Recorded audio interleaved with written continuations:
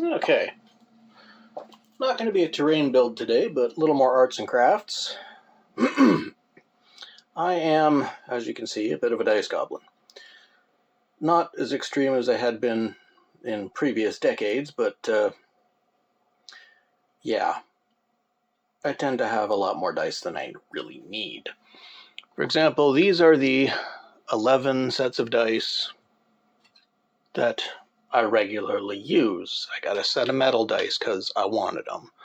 I got them all laid out and organized so I know how many of what specific die I have. Again, these are the ones I use. Over here, I'll show you the other half of the situation. These are my unmatched, no complete sets, leftover dice. Ta-da!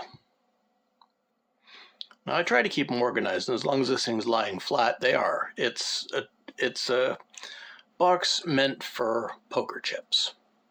And yeah, it holds them all, but it's not pretty, and if I pick it up and move it around, we can kind of hear what happens.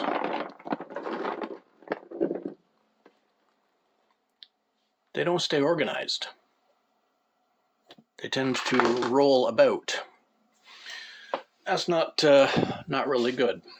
But what we're going to do, since we have leftover foam core from the last video, about a third of a sheet of it left, I'm going to do more 2-inch strips and divide this off into 8 sections. As I have 8 different types of dice. I have, well, when they're organized, I have 20s, 12s, 8s, 10s, percentile, 6s, 4s, and this row here, to get all the 10s and 8s out of the way, is specialty dice. They're special in an Olympic kind of way, though. I mean, I got a boggle dice,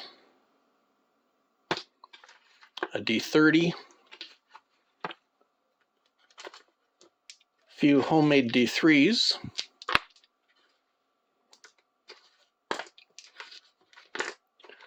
a D24, a D16, all of which never see much use at all, and one that is marked 2, 4, 6, 8, 16, 32, and 64. Focus. There it goes. Yeah. Haven't found a use for it yet, but I got one just in case. So yeah, I'm going to divide this across here and then 3 this way in 2-inch strips and cut slits in them to interlock like I did with the Roman Mancio. The first thing I got to do is take this tray out, and that's easy. It actually just pops right out. Underneath, of course, is raw wood. So you would think I'd have to take a piece of fabric and glue it in there. Luckily, I don't. Because when you take this top foam out, there's already fabric on the top, so we can just use the foam on the bottom. And that still fits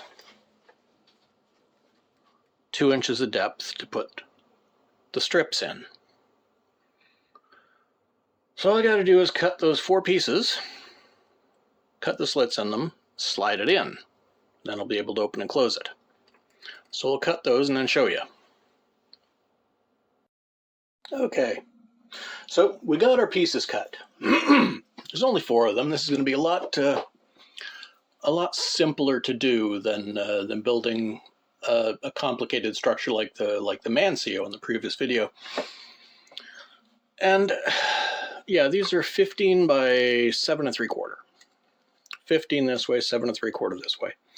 Now, a lot of people might complain that I use I'm fast and loose with measurements. And yes, I can do precision, but you have to keep in mind, we're not building precision instruments. We're not building telescopes and using micrometers and doing really technical work. We're grown-ass adults making toys to play our pretend game. So it doesn't have to be 100% accurate. It can be about, or in the vicinity of, or close to, or roughly. So these, roughly 15 by 7 3/4, and any container you're going to do something like this with might be different. But anyway, back to the actual technique of building these types of things. You put them together like that, they interlock. You don't have to glue them. They do fit well together. And they work really easily. It's not a difficult thing to do. Like I said previously, a pair of scissors, a decently sharp knife, and yeah, they're on a bit of an angle. So what?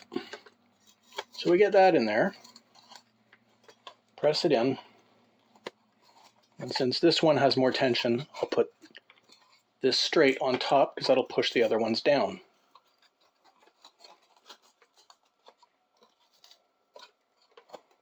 Push it down. Now let's see if it closes. It doesn't close. I'm gonna have to cut the corners off. At the very least, the back corner. See, it comes close. So I'm going to cut the back corners off of these, and we'll try again. Okay, I've got the corners cut off, all roughly the same. Let's press it into place and see what happens this time. Is it going to work? We don't know yet, but we can hope. Closer. What's hitting this time? These top corners again.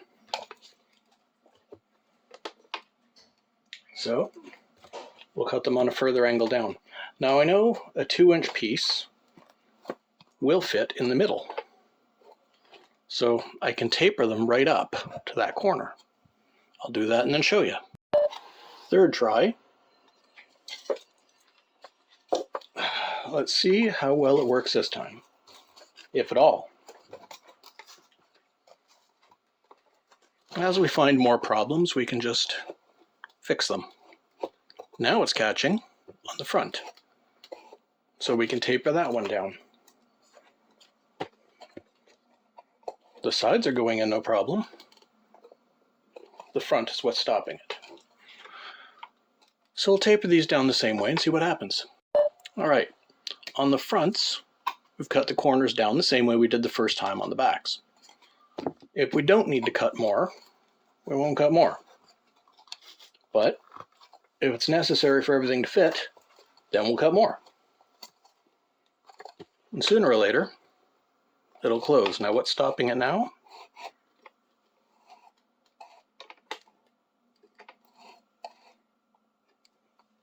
Where is it stopping?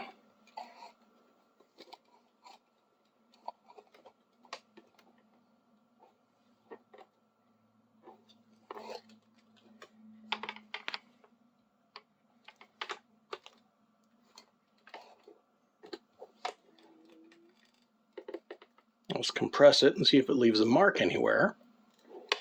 Wherever that mark is left, that's where we got to cut. I think we have to cut these corners down because they're getting compressed. So let's do that, same as we did on the front, and then see if it'll close. All right, another modification. Eventually, we'll get this to fit and get it to close.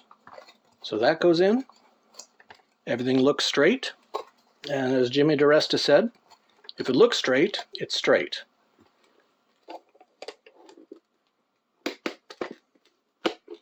Now it closes. So let's open it up.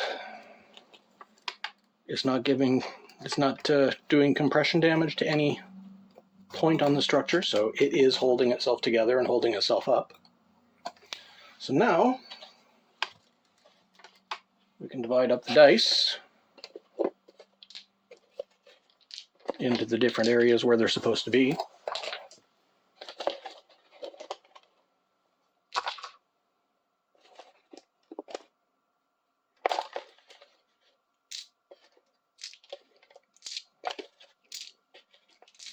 Eights.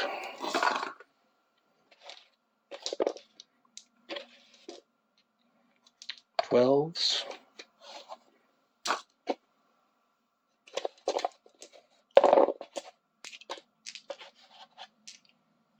Tens.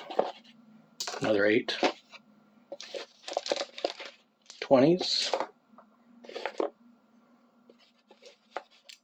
Percentiles, 10s.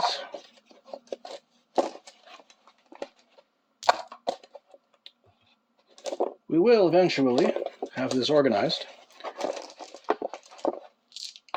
which will make me feel a lot better.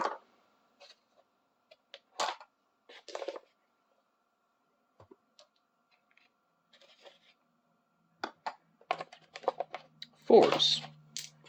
I don't have nearly enough of these.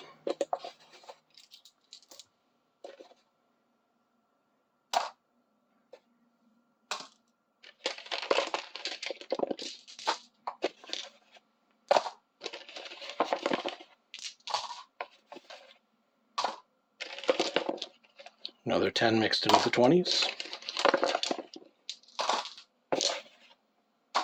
It seems what I have the most of are 20s, D20s, and D6s.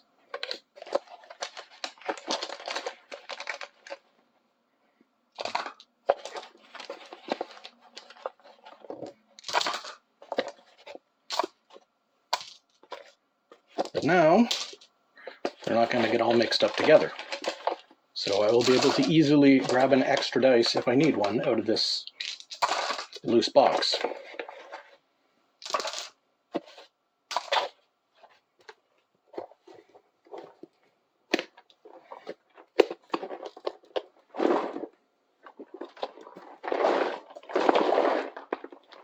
Are they mixing around or are they staying separate? Hey, look at that. They stayed separate.